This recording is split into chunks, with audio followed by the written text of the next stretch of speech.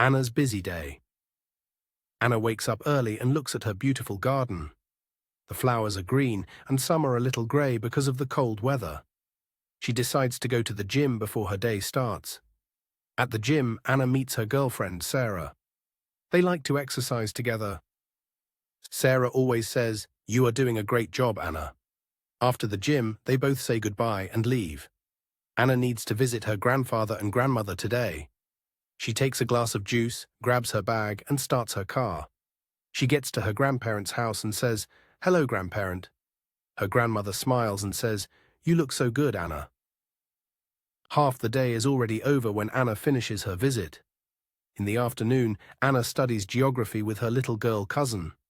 They talk about different countries and how plants grow in different climates. Anna says, "Can you guess where the biggest desert is?" Her cousin laughs and says, "I don't know." Later, Anna plays the guitar with her cousin.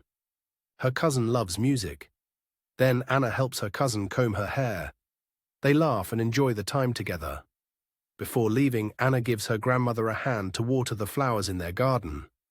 Finally, she says, "Goodbye, I will come back soon." On her way home, Anna thinks about her fun day. She feels happy to have such a wonderful group of people in her life. Do you want to learn more English with fun stories like this? Write your favorite word from this story in the comments. Don't forget to like, share, and subscribe to my channel for more lessons every day.